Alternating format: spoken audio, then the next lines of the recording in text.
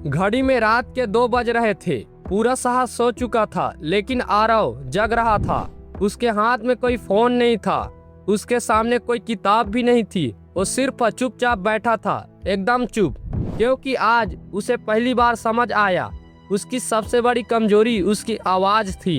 वो हर जगह बोलता था, अपनी प्लानिंग भी बता देता था, अपने सपने भी, अपनी स्ट्रेटजी भी, और हर बार लोग सुनते थे, मुस्कुराते थे, और फिर वही लोग उसके रास्ते में खड़े हो जाते थे। एक दिन उसके गुरु ने उसे सिर्फ एक लाइन कही, जिस बीज को दबाकर रखा जाता है वही बीज पेड़ बनता है, जो बीज बाहर पड़ा रहे उसे चिड़िया खा जाती है। उस दिन आरव को समझ आया, वो बीज बनने से पहले खुद को ही दुनिया के सामने खोल देता था। जब तुम अपनी योजना सबको बता देते हो, तुम्हारा दिमाग डोपामिन रिलीज करता है। तुम्हें ऐसा महसूस होता है जैसे तुमने काम कर लिया, लेकिन असल में तुम सिर्फ अनाउंस कर रहे होते हो, काम नहीं। इसलिए जो लोग कम बोलते हैं उनकी एनर्जी शब्दों में नहीं, एक्शन में साफ दिखाई देती है। इतिहास गवाह है, चाणक्य ने नाशवंत को गिराने की योजना सालों तक गुप्त रखी। अब्दुल कलाम ने अपनी प्रोजेक्ट की सफलता से पहले कभी शोर नहीं मचाया। स्टीव जॉब्स महीनों तक साइलेंस में प्रोडक्ट बनाते थे और फिर एक दिन दुनिया के सामने धमाका करते थे। क्यों? क्योंकि असली ताकत शोर में नहीं है, बल्कि चुप रहने में है। आरव ने फैसला किया, अब वो कम बोलेगा। उसने अपने गोल्स को किसी को नहीं बताए। उसने सोशल मीडिया पर अपडेट डालना बंद कर दिया।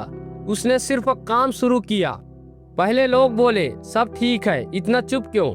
लेकिन वो जानता था, ये वही फेस है जहाँ पेड़ जड़ें मजबूत करता है। ऊपर से कुछ नहीं दिखता, लेकिन अंदर बहुत कुछ बन रहा होता है। साइलेंस 3 चीजें देता है। पहला, क्लियरिटी, जब शोर बंद होता है दिमाग साफ सोचता है। दूसरा, कंट्रोल, जो कम बोलता है वो भावनाओं पर ज्यादा काबू रखता है। तीसरा, पावर, लोग उस इंसान को हल्के में नहीं लेते जो हर बात पर रिएक्ट नहीं करता। मौन कमजोरी नहीं है, मौन एक रणनीति है। हार से रियलिटी, दुनिया तुम्हारी बातें नहीं, तुम्हारी रिजल्ट देखती है।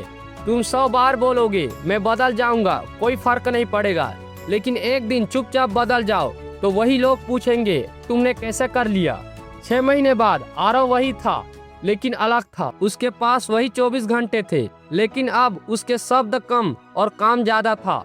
और एक दिन वही लोग जो उसे एडवाइस देते थे उससे एडवाइस लेने लगे, क्योंकि शोर करने वाले लोग भी आखिरकार उसी के पास आते हैं जो शांत होकर आगे निकल चुका होता है। अगर तुम सच में जीतना चाहते हो तो दुनिया को मत बताओ कि तुम क्या करने वाले हो, उसे सिर्फ इतना दिखाओ कि तुम कर चुके हो।